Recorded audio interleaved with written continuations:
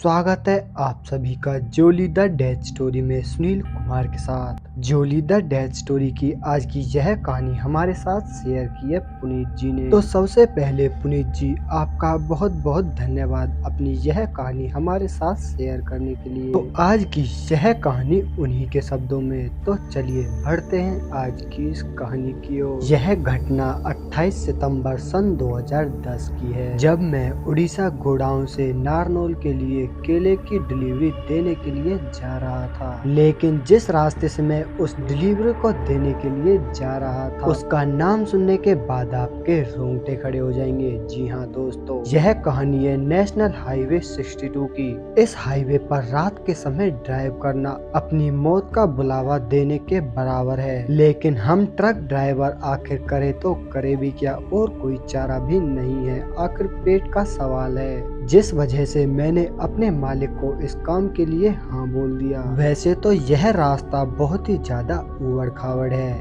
लेकिन पिछले 20 सालों से ट्रक ड्राइव करते हुए मुझे इन सभी की आदत सी पड़ चुकी थी। अब तक मेरा ट्रक पूरी तरह लोड हो चुका था। अब तक रात के तकरीबन 10 बज चुके थे, जिस पर मैं अपना ट्रक लेकर वहां से नेशनल हाईवे 62 की ओर बढ़ने लगा। अब तक मुझे उस उबड़ खाबड़ वाले रास्ते पर ट्रक ड्राइव करते हुए तकरीबन आधा घंटा हो चुका था, और मैं कुछ ही मिनटों में अब नेशनल हाईवे 62 पर चढ़ने वाला था। देखते ही देखते मैं नेशनल हाईवे 62 पर पहुंच गया, लेकिन अब मेरे ट्रक की स्पीड पहले से काफी ज्यादा थी। साथ ही अकेलापन महसूस होने के कारण मैंने अपने ट्रक का रेडियो चला दिया। मैं अब संगीत में मगन अकेला हाईवे के आगे की ओर बढ़ रहा था। अब तक रात के 10:30 बजे का समय हो चुका था, जिस वजह से अब उस हाईवे पर कोई भी व्हीकल दिखाई नहीं पड़ रहा था। दूर दूर तक सन्नाटा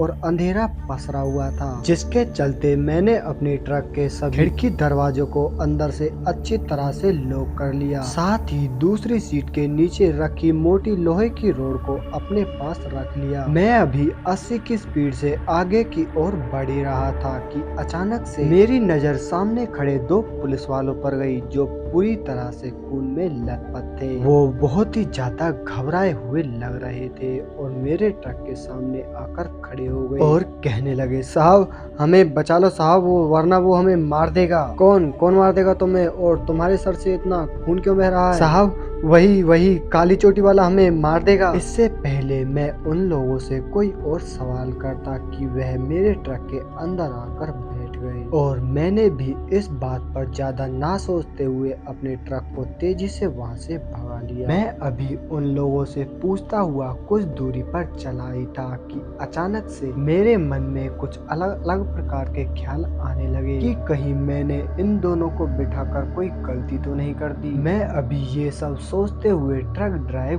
कर ही रहा था कि तभी मेरी नजर उनके कपड़ों पर गई। दरअसल उनके सर से इतना खून बह रहा था कि कोई भी इंसान इतने खून में पूरी तरह से नहा ले, लेकिन उसके बावजूद भी उनके कपड़ों पर खून की एक बूंद तक नहीं थी। इसके लिए मैं उन दोनों से इस बारे में अभी पूछने ही वाला था कि अचानक से वो दोनों वहां से गायब हो गए। उन्हें वहां से इस तरह गायब होता देख मेरा खून सूख सा गया, और साथ ही मैं ये सब सोचने लगा कि क्या मैं कोई सपना तो नहीं देख रहा हूँ। देखते ही देखते मुझे वहाँ किसी के रोने की आवाजें सुनाई देने लगी,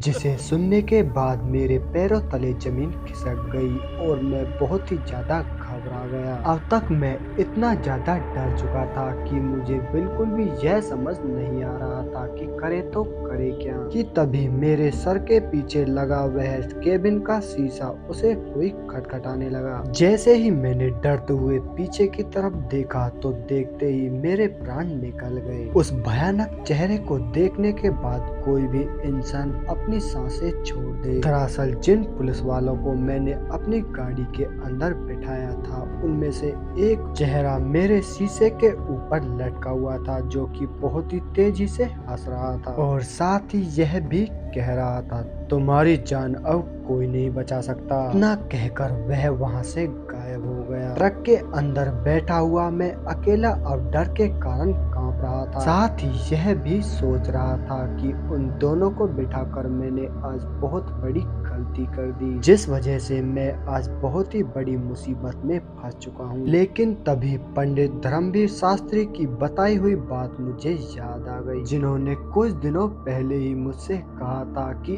अगर आप ऐसी किसी जगह पर फंस जाते हैं और अपनी जान बचाने का कोई चारा ना हो तो हनुमान चालीसा पढ़ने के साथ उकड़ू बैठ जाना चाहिए और अपनी आंखें और चेहरा नीचे की तरफ कर लेना चाहिए, और चाहे कुछ भी हो जाए हमें उनकी नजरों से नजरें तो बिल्कुल भी नहीं मिलानी चाहिए। ऐसा करने के लिए वो बुरी शक्तियाँ आपको बहुत ही ज्यादा डराएंगी, लेकिन आपको डरना नहीं है। बस चुपचाप अपनी आंखें बंद करके हनुमान चालीसा पढ़ते रहना चाहिए जब तक कि खतरा टल ना जाए। तुरंत मैंने यही करना उचित समझा, लेकिन अब तक रात के 2 बज चुके थे और पूरी रात अभी बाकी थी, जिस वजह से उन बुरी शक्तियों ने मुझे पूरी रात परेशान किया। कभी किसी के रोने की आवाजें तो कभी किसी के चीखने की आवाजें मुझे बार बार सुनाई दे रही थी। कुछ बुरी शक्तियां मेरे ट्रक के आजू बाजू घूम रही थी, लेकिन किसी तरह मैंने उस दिन हिम्मत बनाए रखी और पसीनों में लथपथ आंखें बंद करते हुए बस हनुमान चालीसा जपते रहा, जिस वजह से मेरी जान उस दिन बच गई। और सवेरा होने पर जब इधर उधर कुछ वाहने चलने लगे तो मैंने तुरंत वहां से निकलकर अपने घर पहुंच गया। घर पहुंचते ही मैंने